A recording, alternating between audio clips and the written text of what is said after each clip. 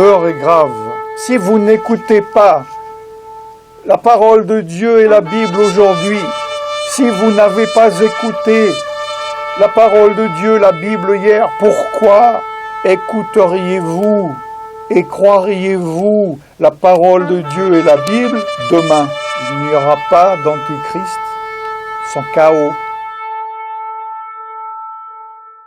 Cette vidéo s'adresse à des chrétiens, à ceux parmi les chrétiens qui considèrent la Bible comme étant la parole de Dieu infaillible et qui croient et écoutent et obéissent au Saint-Esprit. Il s'agit d'une révélation prophétique concernant le mouvement des Gilets jaunes. Je suis là pour parler d'une manière spirituelle. Que dit la Bible et que dit le Saint-Esprit concernant les Gilets jaunes? Un chrétien peut-il être, à l'heure en tout cas où je vous parle, être un gilet jaune ou pas? Je comprends qu'il y a beaucoup de gilets jaunes qui sont de gentilles personnes, de bonnes personnes, avec des bons sentiments, avec une bonne attitude, et qu'il y a également dans ce mouvement des personnes qui ont une toute autre attitude. Comme beaucoup de personnes l'ont dit, c'est un mouvement protéiforme, c'est ça la difficulté de ce mouvement.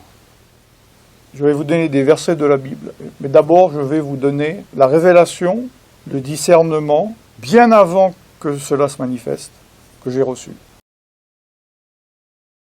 Il y a derrière ce mouvement l'esprit d'anarchie.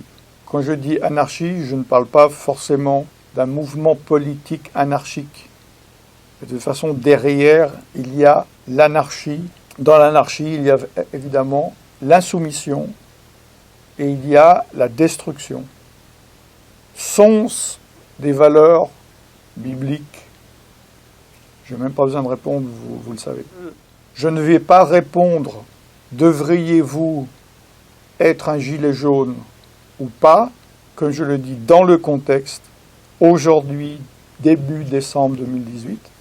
Je vais vous donner des éléments pour réfléchir, pour méditer.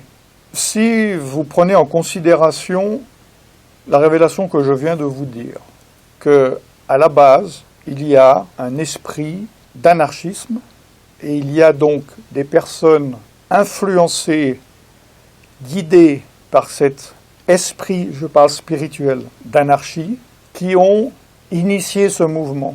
Cela était caché, cela était au cœur. Pourquoi? Parce qu'ils ont influencé justement de bonnes personnes influençables avec d'excellents arguments. Regardez, vous travaillez, vous vous réveillez tôt, vous cochez tard, vous avez un salaire, vous n'arrivez pas à boucler les mois, et regardez ce gouvernement qui dépense l'argent, etc. Ceci est même plein de justice, on peut dire juste. Je ne parle pas de ça, je parle à un niveau spirituel. Mais ce que ces personnes qui ont été influencées ne savaient pas, c'est ce qu'il y avait derrière les intentions, alors non seulement de ce groupe et de personnes, mais les intentions spirituelles des esprits derrière ces personnes. Et la révélation, c'est l'esprit d'anarchie.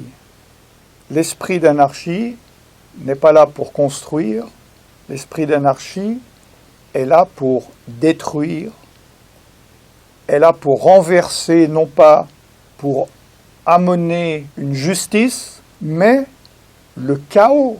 C'est pour cela que, au cours de l'histoire, pratiquement chaque fois qu'il y a eu ces choses, il a été suivi par une dictature, car la dictature est bien meilleure que le chaos. Parce que le chaos, c'est la mort. Comme je l'ai dit, vous êtes peut-être très bien intentionné. Si vous me considérez comme un ancien, comme une personne ayant reçu quelque chose de la part de Dieu, prenez garde de ce que je suis en train de vous dire. Donc il y a deux choses principales que je dis dans cet enseignement. Premièrement, il y a l'esprit d'anarchie, Deuxièmement, vous allez considérer les versets bibliques que je vais vous donner, que vous avez besoin d'entendre. Ce mouvement a pu naître, alors l'on dit, grâce aux réseaux sociaux, mais le phénomène sur les réseaux sociaux a été établi déjà depuis plusieurs années, et se consolide, et se consolide, et se consolide. Et des personnes, il y a des influenceurs, évidemment, cachés, des esprits cachés, c'est-à-dire ils influencent les autres, mais les personnes n'ont pas le discernement de voir les esprits ou l'esprit qu'il y a derrière. Et petit à petit, ils se font embrigader. Et là, le mouvement était mûr pour exploser. On a l'impression, comment se fait-il qu'en un coup comme ça, le mouvement a été aussi grand, aussi répandu? Ce n'est pas le fait du hasard. Il y a des personnes et des esprits derrière ces personnes. Il y a des groupes de personnes avec des esprits derrière. Et ce sont les esprits qui travaillent depuis des années sur Internet pour travailler le peuple petit à petit en lui faisant baisser la garde du bon sens, du discernement, de lui faire petit à petit perdre le sens de la réalité et de lui faire croire à ce qu'il veut. Des fake news, maintenant je pense que vous, même ceux qui ne parlent pas anglais, vous comprenez ce mot, ce terme. Il y a derrière donc des mouvements de fake news mélangés avec le diktat du complotisme. C'est-à-dire que petit à petit, des personnes, et vous en faites peut-être partie, vous avez été influencés à croire au complotisme, consciemment ou inconsciemment. Le complotisme, c'est un esprit qui existait déjà avant Internet. Ça se passait dans justement des villages où les gens étaient coupés de la réalité du monde et où une personne, un groupe de personnes leur faisait croire l'opposé de la réalité. D'accord ? C'est pas quelque chose de nouveau, l'esprit du complotisme. Alors ça peut aller de personnes qui vont croire que il y a un complot politique, que l'homme n'a jamais marché sur la Lune, que la Terre est plate. Quoi que ce soit qui soit dit par n'importe qui, sauf ceux qui sont sur Internet, est faux. Toute la connaissance est méconnaissance. Et ça devient un état d'esprit. Et les personnes influencées inconsciemment, qui croient petit à petit, la force spirituelle, l'influence spirituelle grandit petit à petit pour arriver jusqu'à ce problème en France qui a déclenché, il y a un mois de cela, le mouvement des Gilets jaunes. Le problème n'est pas les Gilets jaunes, c'est l'esprit qu'il y a derrière et ce qui a amené ce mouvement à fonctionner, que ce mouvement soit bon ou mauvais, ou que son contenu soit bon ou soit mauvais. Je ne suis pas en train de juger, je suis objectif et je ne suis ni pour ni contre. Ce n'est pas dans ce sens que je fais cet enseignement. Ce mouvement est plutôt un coup d'essai. Il s'est déjà déroulé dans plusieurs pays et il va aller grandissant. En tant que chrétiens qui connaissaient la Bible, qui connaissaient les prophéties, nous savons où cela va mener. Serez-vous dans ce mouvement qui va croire être dans la vérité, mais qui sera en fait dans l'erreur? Si vous vous laissez influencer et que vous êtes guidé par l'esprit d'anarchie ou l'esprit de complotisme, cela va devenir de plus en plus impossible à revenir en arrière. Et parmi ces personnes, il y aura les personnes qui vont croire à la séduction finale antichristique de l'Antichrist. Si vous n'écoutez pas la parole de Dieu et la Bible aujourd'hui, si vous n'avez pas écouté la parole de Dieu, la Bible hier, pourquoi écouteriez-vous et croiriez-vous la parole de Dieu et la Bible demain? Ayez du discernement. Nous sommes le 6 décembre. Quoi qu'il se passe le 8 décembre à Paris, cette vidéo est valable car, comme je le dis, cela est une préparation à des choses qui vont se passer de plus en plus sur cette planète. Il se passe dans tel pays, dans telle culture, ici peu, ici beaucoup, et petit à petit il y aura un mouvement mondial de renversement anarchique. Il faut qu'il y ait un chaos, il faut arriver au chaos pour que l'Antichrist arrive. Il n'y aura pas d'Antichrist sans chaos. Et le levier du chaos, c'est l'anarchie, avec la violence, avec l'insoumission aux autorités, etc., etc. Je vais vous lire quelques versets. Je ne fais pas cet enseignement pour toucher le plus grand nombre, mais pour sauver les quelques peu qui puissent encore l'être. Je vais lire, prenez note et méditez. Tu ne répandras point de faux bruits. Tu ne te joindras point aux méchants pour faire un faux témoignage.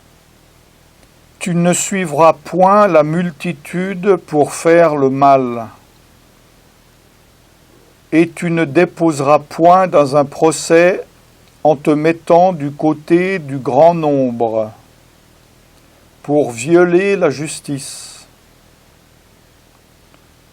Je vais un peu analyser, je vais vous donner d'autres versets très importants, restez connectés.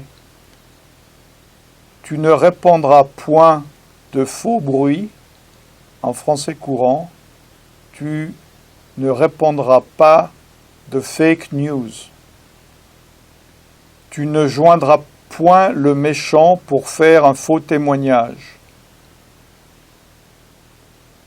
Inconsciemment, vous êtes peut-être en train de suivre un méchant, alors que vous pensez que le mouvement est gentil. Et là, le plus important, au verset 2, tu ne suivras point la multitude pour faire le mal, et tu ne déposeras point dans un procès en te mettant du côté du grand nombre pour violer la justice. Pourquoi cela est important? La nature humaine est faite qu'il y a des influenceurs et des influencés, des leaders et des suiveurs. C'est la nature humaine, on ne peut pas se refaire. Comme je l'ai déjà dit maintes fois, et cela a été prouvé, mettez 2 personnes dans une pièce enfermée pendant 10 jours, ou mettez-en 100, le tri naturel se fera. Le plus fort, soit influenceur ou physique, etc., dominera, où il y aura 2 groupes qui se feront, il y aura le dominant et le dominé.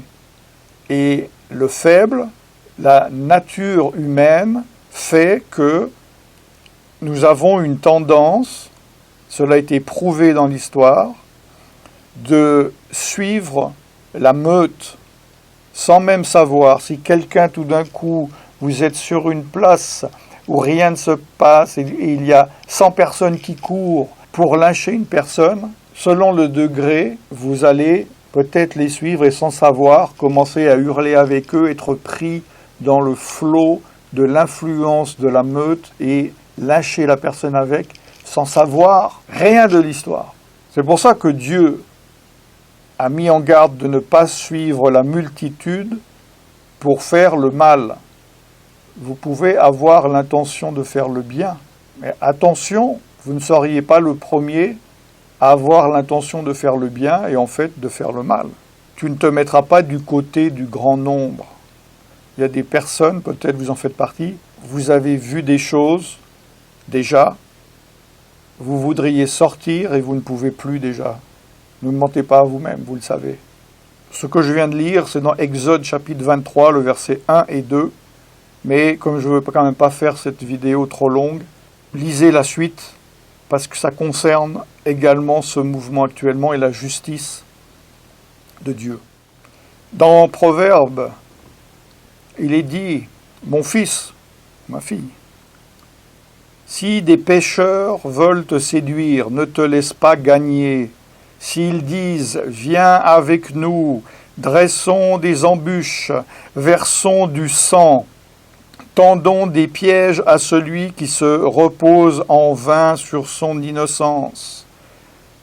Mon fils, ma fille, ne te mets pas en chemin avec eux, détourne ton pied de leur sentier.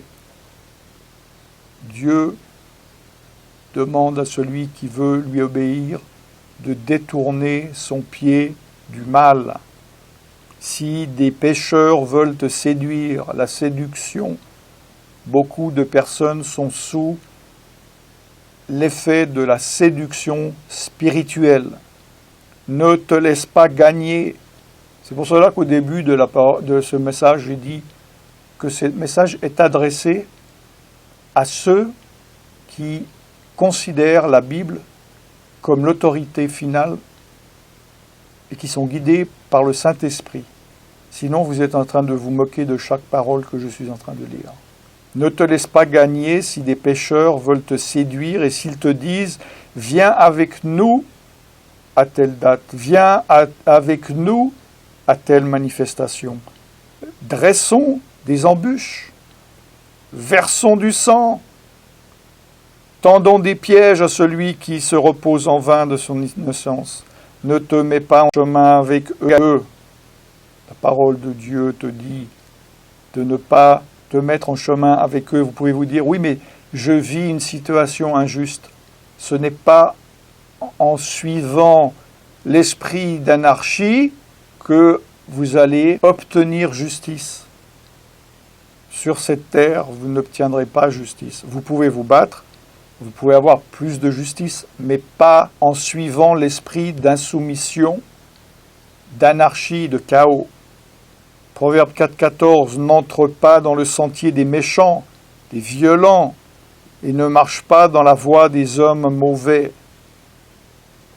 Je sais, lorsqu'il y a un message prophétique, que le message est imparfait, le messager est imparfait, mais je sais que l'Esprit de Dieu convainc là où il doit convaincre. C'est le but de ce message. Méditez et réfléchissez sur ce qui vient d'être dit.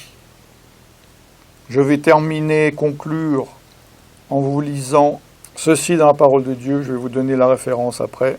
Car Dieu m'est témoin que je vous chéris tous avec la tendresse de Jésus-Christ. Et ce que je demande dans mes prières, c'est que votre amour augmente de plus en plus en connaissance et en pleine intelligence pour le discernement des choses les meilleures, afin que vous soyez purs et irréprochables pour le jour de Christ, remplis du fruit de justice qui est par Jésus-Christ, à la gloire et à la louange de Dieu. Philippiens 1, 8 à 11. Je vais conclure, mes frères et mes sœurs. Ne pensez pas que l'Esprit de Dieu n'a pas quelque chose d'important à vous dire. Si vous vous êtes laissé influencer par ce genre d'esprit, c'est que vous ne vous êtes pas laissé influencer par l'Esprit de Dieu. Vous n'êtes pas en obéissance à l'Esprit de Dieu. Car lorsque vous êtes obéissant à l'Esprit de Dieu, l'Esprit de Dieu vous donne le discernement de ce qui vient de lui et pas, et vous protège à l'avance et va vous dire attention, ne va pas là. Fais attention, cela n'est pas mon esprit, cela ne vient pas de moi, cela t'égare de moi. Si vous n'êtes pas obéissant, vous tombez dans les pièges. Et vous êtes peut-être tombé dans un piège. Comme je le dis, je ne suis pas en train de dire vous êtes tombé dans le piège des gilets jaunes. Je parle de manière spirituelle et globale de ce qui se passe maintenant dans le monde, de ce qui s'est passé et ce qui se passe et se passera sur les réseaux sociaux à un niveau beaucoup plus global, et les choses qui vont arriver dans le futur, que les gens du monde ne connaissent pas, mais que vous connaissez, j'espère, parce que cela est écrit dans la Bible, les prophéties bibliques. Si l'Esprit de Dieu est en train de vous mettre un esprit de repentance, et vous vous dites, zut, c'est vrai que j'ai passé mon temps dans des réseaux sociaux à me laisser influencer par des gens qui n'ont pas l'Esprit de Dieu, mais qui ont des esprits sataniques. Repentez-vous, ça veut dire demander pardon à Dieu, et détournez-vous, tournez-vous vers Dieu et vers Jésus, votre justice. Recherchez le royaume de Dieu et sa justice, et tout vous sera donné par-dessus.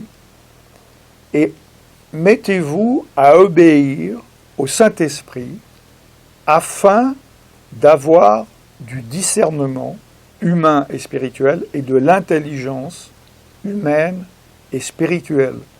Car sans ces deux choses, vous tomberez sans cesse dans de nouveaux pièges et dans des pièges de plus en plus profonds. Et un jour, bientôt, vous pourriez tomber dans un piège où vous ne pourrez plus sortir.